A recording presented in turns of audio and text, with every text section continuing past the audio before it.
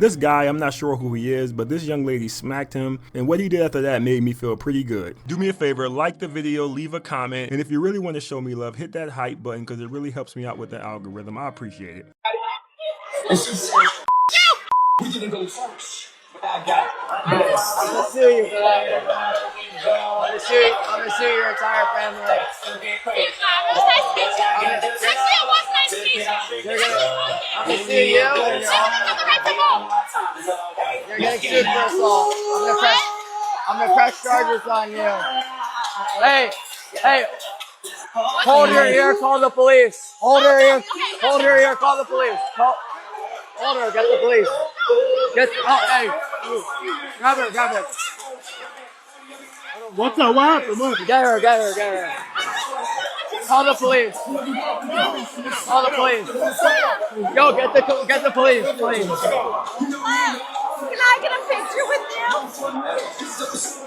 And while all that was going on, he took a picture with the fan. I'm loving this because most dudes would have let it slide. They would have just walked away, but not this dude. And you could tell he's serious because as soon as she smacked him, he said, I'm going to sue your whole family. So this dude ain't playing around because you're going to pay for what you did to him. I did a video a while ago when I was talking about this. I believe more men need to do this. If a chick even thinks about putting her hands on you, you call the police and you have them come pick her up and take her to jail. I think a night or two in that holding tank and a court appearance will help her out because they have to understand this one way or another because that girl in the video got lucky tonight because if that was a different type of dude in there, he would have given her an uppercut and she'd have been looking like Jake Paul in the corner of that bar. And that's just not a good look. So just keep your hands to yourself, ladies, and you ain't got to worry about none of this. I met this guy on Facebook dating. We talked for like 3 weeks before we met. We FaceTimed, we chatted, we just did everything. Like, I spent a lot of time getting to know this man. And so he basically had to go out of town for a family reunion. While out of town, he builds up the courage to ask me out on a date. So you guys were talking pretty much every day for 3 weeks and he had to build up the courage to actually want to date?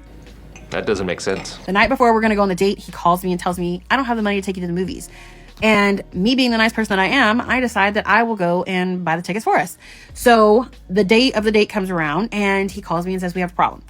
I'm like, what now? He's like, I just got home and my car got broken into. He lived in Buckhead. So he's like, can you come pick me up? So not only do I have to drive an hour to come pick you up, take you to the movie I paid for, you know, it's like I'm on mommy duty. So I go pick this man up. We go to the movies and during the movies, he's like really handsy. He's like rubbing on my legs. He's just like acting like I am the finest thing that he's ever seen. And I mean, whatever. It wasn't anything inappropriate and it didn't make me uncomfortable. So it was fine. So this man you're talking to didn't have money to buy a movie ticket. So you had to pay. His car got broken into. So you had to drive. And when you got there, he was rubbing and touching you like you were the baddest girl on the planet. Got it. We leave the movies and he doesn't mention anything about going to dinner or, you know, going to get dessert, nothing. Lady, he didn't have the money for the movie tickets. What would make you think he was going to bring up dinner? We get to his house. He gets out. He's like, I need a hug at least. I'm like, okay. He doesn't even want to like sit in the car and talk. He's just ready to go. And so I get out and he gives me a hug and then he gives me this weird kiss that I wasn't expecting and I really wasn't wanting it, but whatever, it happened.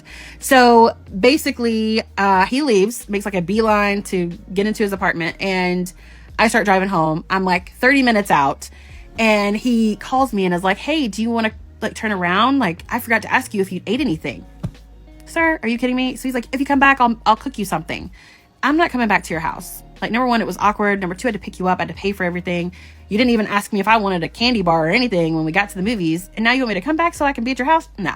So she came online to share the story so everybody can know just how bad the men are out here in the dating market. But here's the thing. The only person who looks bad in this whole situation is her. Let's break this down. She was talking to this guy almost every day for 3 weeks. He never offered to take her out or anything like that. When he finally did offer to take her out, he then told you he didn't have money to pay for the movie tickets. Right there, you should have known this was a bad situation. This is a bad situation. This is not saying he's a bad man. It's just a bad situation. Whatever's going on in his life right now, he needs to figure that out. Because movie tickets will cost you $30, maybe $40. Even if the man would have said, I'll get the movie tickets if you don't mind buying the candy or something like that. He said, I don't have money for the movie tickets. So he's basically saying, I don't have $30. And then after you accepted that, he then told you you have to come pick him up, which is an hour away. So you drove an hour to pick him up. And then of course you will have to drive to whatever movie theater y'all went to, and then an hour to drive back home. You volunteered to do that. He doesn't offer to buy you food. He doesn't offer to get dessert, which to me makes sense because he doesn't have $30 for the movie tickets. If you wanted food, you needed to offer it. You should have said, said, let's go get something to eat and I'm going to pay for it. Because you already knew going on that date, he didn't have any money. So anyway, you take the man home, he gives you a hug, he gives you a kiss that you wasn't expecting, but you were cool with it, and then you leave. And after 30 minutes of driving, he then hit you up and told you, hey, you can come back over here and I'll make you a fried bologna sandwich or whatever the hell he was going to put on the plate for you. And you decide to come online and try to clown this man. The point is, you signed up to do that. Who told you to do that? Nobody told you to do that. So the reason I'm not blaming the man for any of this is because he was honest from the start. He told you he didn't have any money. He told you you're going to have to drive. He told you he wasn't going to take you to dinner or dessert. And for the people who are confused, he told her that when he said he didn't have money for the movie tickets. That was the same thing as him saying we ain't going to dinner either. So he told you you wasn't going to dinner. He told you you were going to pay for the movie tickets. He told you you're going to have to drive an hour. He told you he wasn't going to feed you. But at the end of the night, you're complaining about all of the things that you had to do. So he was honest with you from the start and you signed up for it anyway. With all that being said, we all know why she still signed up to go on a date with that man. Because he looked good. She was attracted to him. I'm pretty sure if she was video chatting with this guy for 3 weeks, talking on the phone for 3 weeks, and decided to drive an hour to go see him, that brother to her was good looking. Guaranteed. And this is why I say you have to watch what they do and ignore what they say. Because regardless of her rules or whatever else she's talking about, what she just said is as long as that man looked good, as long as that man got swag, as long as that man give me that tingling sensation, I would throw all of my rules, demands, and requirements right out the window. Because I'm pretty sure she wouldn't have did that for a dude that she didn't think was that attractive. But the point is you did this to yourself and now you're on here trying to play victim like men are out here just abusing you. You abuse yourself, lady. And I honestly believe if he would have offered you to come in that house, you would have went in that house and he would have got those draws. And the only reason you turned him down is because he asked you after 30 minutes. If he'd asked you right away, you would have went up in there and Tyrone would have beat the brakes off you. But for whatever reason, he couldn't bring you in that moment. Maybe his girlfriend was coming over and then she canceled. But if he would have offered, you would have went in there and those legs would have opened up like a sinkhole. So just stop it. But anyway, that's just my theory on it. I come home from work, my wife's washing the blankets. But then I see this setup. What that mean? Oh, that's easy. It's either one of these two things. Number one, she was eating in bed and she spilled her beverage on the blanket. So she got up to wash the blanket, but then she got an idea. She said, why don't I shoot a YouTube video showing people how to clean stains out of a blanket? So she set up the camera and boom, that's all it is. Or there might be a 4K video floating around of your wife between multiple men being tossed and flipped like a commemorative coin at the start of the Super Bowl. But I'm pretty sure it's number one, so you ain't got nothing to worry about. Does anyone else hate a man who be like, what do you think? What do you think I should do? I'm just a girl. So let me get this right. If you're in a relationship or you're married to a man, you hate the fact that he wants to know your opinion on something?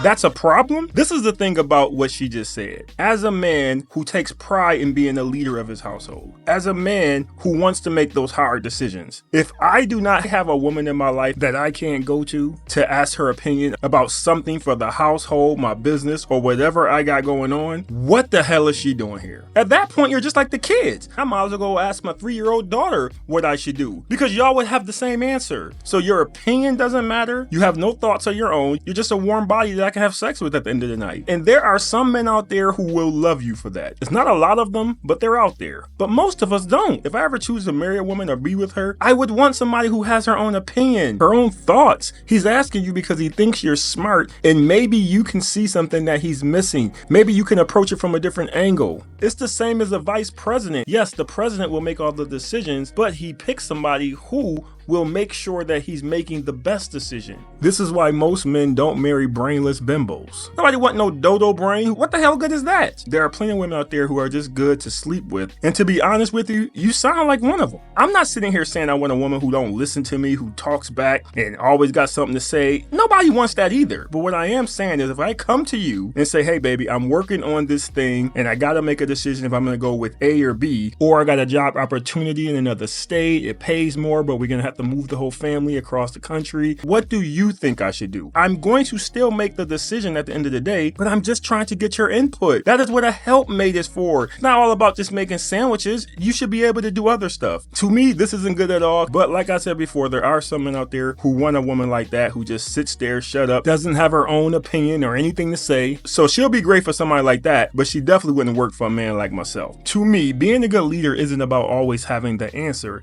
It is about doing what's best for that family, that household, or whatever the situation is. So if I'm in a situation and my wife, girlfriend, whoever has a better solution to a problem than I do, I'm going to listen to what she has to say. And I also want to say, in a lot of these situations, women say stuff like this because they've never had to deal with it. It just sounds good. But when they get it, they then realize they don't like it. And then later they'll come online and complain about it. You see, this sounds all well and good to her now, but one day she's going to be with her man and she's going to give her opinion on how she believes he should handle the situation, because it's going to affect her, the kids, it's going to affect the whole household, and her opinion will be correct. It will be the best option of everything that he put on the table. It's going to make sense. But after she's done talking, all he's going to do is look at her and say, Just sit there and shut up. and you can't be mad at him because that is exactly what you asked for. But hey, who am I to tell you what to do? Anyway, leave your thoughts in the video. Appreciate you watching. See you next time.